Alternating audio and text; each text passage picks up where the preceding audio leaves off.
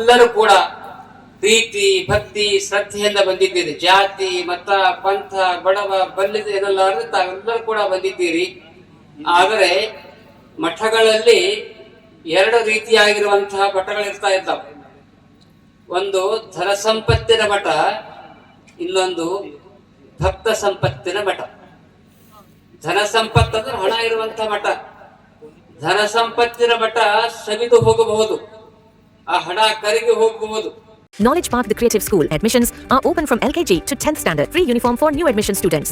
ಆದರೆ ಭಕ್ತ ಸಂಪತ್ತಿನ ಮಠ ಸವಿಯದೇ ಇರುವಂತ ಭಕ್ತ ಸಂಪತ್ತಿನ ಮಠ ಯಾವುದಾದರೂ ಇದ್ರೆ ಅದು ನಮ್ಮ ಹಾರಕೋಡು ಮಠ ಎನ್ನುವಂತ ಮಾತನ್ನು ಹೇಳಿ, ಅದಕ್ಕೆ ಏನು ಸಾಕ್ಷಿ ಅಂದ್ರೆ ನೀವೆಲ್ಲ ಲಕ್ಷ ಲಕ್ಷ ಜನ ಭಕ್ತಾದಿಗಳು ಬಂದಿದ್ದೀರಲ್ಲ, ಇದೇ ಸಾಕ್ಷಿ ಅನ್ನುವಂತ ಮಾತನ್ನು ಈ ಸಂದರ್ಭದಲ್ಲಿ ಹೇಳಿ, ಇಂದು ಪರಮ ಪೂಜ್ಯ ಸದ್ಗುರು ಚನ್ನಬಸವ ಶಿವಯೋಗಿಗಳವರ 74ನೆಯ ಜಾತ್ರಾ ಮಹೋತ್ಸವನ ತಾವೆಲ್ಲರೂ ಕೂಡ ಆಚರಣೆ ಮಾಡ್ತಾ ಇದ್ದೀರಿ. ಅಲ್ಲಮ ಪ್ರಭುಗಳು ಒಂದು ಮಾತನ್ನು ಹೇಳ್ತಾ ಇದ್ದಾರೆ, ದೇಶ ಗುರಿಯಾಗಿ Noble Public School. Admissions are open. इल्म ही आदमी को इंसान बनाता है. Horizon English Medium Public School. Empowering bright future. Admissions are open. ಲಯವಾಗಿ ಹೋದವರ ಕಂಡೆ, ಕಾಮ ಗುರಿಯಾಗಿ ಲಯವಾಗಿ ಹೋದವರ ಕಂಡೆ, ಸಂಬಂಧ ಗುರಿಯಾಗಿ ಲಯವಾಗಿ ಹೋದವರ ಕಂಡೆ, ನೀ ಗುರಿಯಾಗಿ ಹೋದವರನ್ನು ಆರನ್ನು ಕಾಣೆ ಕಾಣ ಗುಹೇಶ್ವರ ಎನ್ನುವಂತ ಮಾತನ್ನ ಅಲ್ಲಮ ಪ್ರಭುಗಳು ಹೇಳ್ತಾ ಇದ್ದಾರ.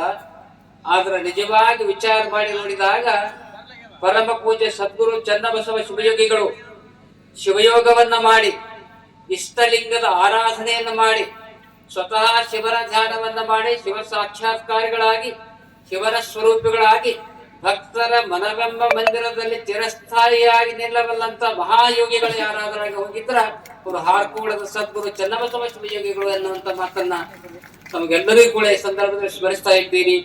ಆ ದಿಸೆಯಲ್ಲಿ ಪೂಜ್ಯರು ಹಾರ್ಕೋಡು ಶಿವಯೋಗಿಗಳವರು ತಪಸ್ಸು ಮಾಡಿದ್ರು. ಬಹಳ ಜನ ಅನುಷ್ಠಾನ ಅಂತ ಮಾಡ್ತಾರೆ. ಅನುಷ್ಠಾನ ಕಾರ್ಯಕ್ರಮಕ್ಕೆ ನಮಗ ಅಜಯ್ ಶಿಖರ್ ಅವ್ರು ಬಹಳ ಕಡೆ ಹೋಗ್ತಾ ಇದ್ದಾರೆ. ಎಲ್ಲಾ ಸ್ವಾಮಿಗಳು ಅನುಷ್ಠಾನ ಮಾಡಿದಲ್ಲಿ ಕೆಲವು ಕಡೆ. ಅನುಷ್ಠಾನ ಅಂದ್ರೆ ಏನು? ತಪಸ್ಸು ಮಾಡಬೇಕು. ಸ್ವಾಮೀಜಿ ಆದವರು ತಪಸ್ಸು ಮಾಡಬೇಕು. ಆದ್ರೆ ಹಾರ್ಕೋಡು ಮುತ್ತಿಯವರು ತಪಸ್ಸು ಮಾಡಿದ್ರು. ಅವ್ರು ಎಂಥ ತಪಸ್ಸು ಅಂದ್ರ, ಅಡವಿಯಲ್ಲಿ ಹೋಗಿ ಬೇವಿನ ಮರದ ಕೆಳಗಡೆ ಕೂತ್ಕೊಂಡು ಜಪ ಮಾಡಲಿಲ್ಲ ಅವರು. ಅವರು ಕೂಡ ತಪಸ್ಸು ಮಾಡಿದ್ರು ಹಾರ್ಕೋಡು ಮುತ್ತಿಯವರು. ಎಂಥ ತಪಸ್ಸು ಮಾಡಿದ್ರಂದ್ರ ತಪ, ಇದ್ರ ಅರ್ಥ ಏನಂದ್ರೆ ತಪ ಅಂದ್ರೆ ಸುಡು. ಹಾರ್ಕೋಡು ಮುತ್ತಿಯವ್ರು ಏನ್ ಸುಟ್ರಂದ್ರ ಭಕ್ತಾದಿಗಳಲ್ಲಿರ್ತಕ್ಕಂಥ ಅಜ್ಞಾನವನ್ನು ಸುಟ್ಟು ಸುಜ್ಞಾನದ ದೀವಿಗೆಯನ್ನು ಹಚ್ಚಿದಂಥವರು, ಜ್ಯೋತಿಯನ್ನು ಹಚ್ಚಿದವರು ಹಾರ್ಕೋಡು ಶಿವಯೋಗಿಗಳವರು. ಅಂಥ ತಪಸ್ಸನ್ನು ಮಾಡಿದ್ರು. ಆದ್ರೆ ಅವರ ಜೀವಿತದಲ್ಲಿ ನಡೆದಂತ ಘಟನೆಯನ್ನು ಹೇಳ್ತಾ ಇದ್ದೀನಿ.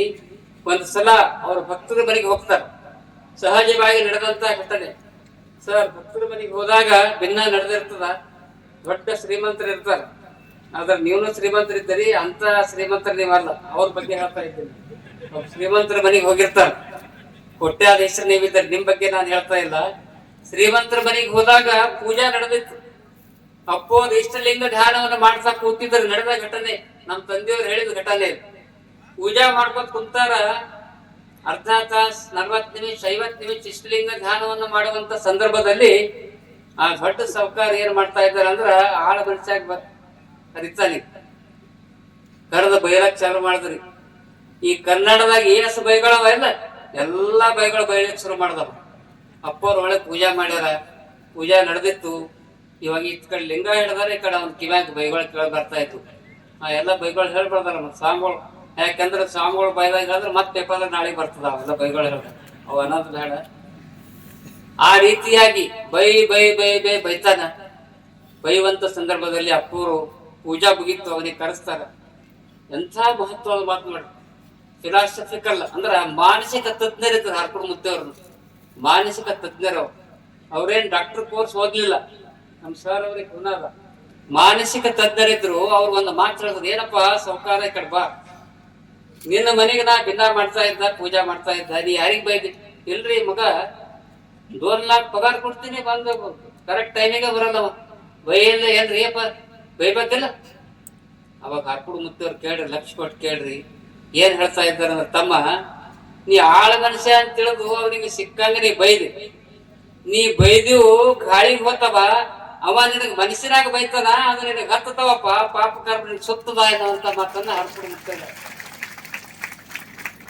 ಈ ಮಾತನ್ನ ಯಾಕೆ ಹೇಳ್ತಾ ಇದ್ದೀನಿ ಅಂದ್ರ, ನಿಜವಾಗಿ ತನಗೆ ಮುನಿಯುವವರಿಗೆ ತಾಮುನಿಯ ಲೇಖಯ್ಯ, ತನಗಾದ ಆಗೇನು ಅವರಿಗಾದ ಚೇಗೇನು.